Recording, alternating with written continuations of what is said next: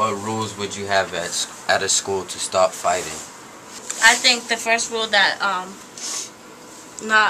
principals that should put in will be expulsion. Like the first rule, if you fight in a school, you should just get expelled, and it should be in school expulsion. That like all students come to school and they do their work, even though they fought, because like students think that fighting is like a good thing, so they fight and they go home. They be like, oh, this is my vacation. They don't really care about it. So if you fight, you should be like get an expulsion, and you should just go to school every day and do your work until you learn your lesson.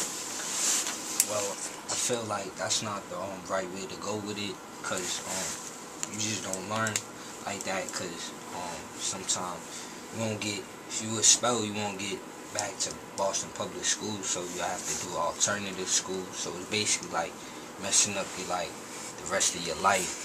I understand if they gave you a warning first, like a 5-day suspension, and then 5 days at the Barron Center to take counseling to help you about what you did and what things you could change and think before what you do.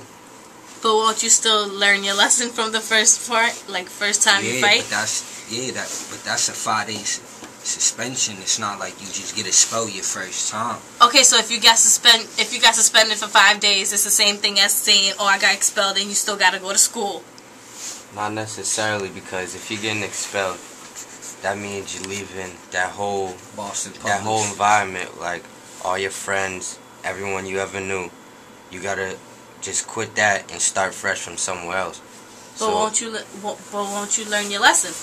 That's the thing. Like you'll learn your lesson from the second time you do it. You could learn your lesson, but others would just react to that negatively. Like that's true. Not everybody's gonna be like, okay, I got expelled. They don't want me back in Boston Public. Let me be a goody two-shoes now. It doesn't always happen like that.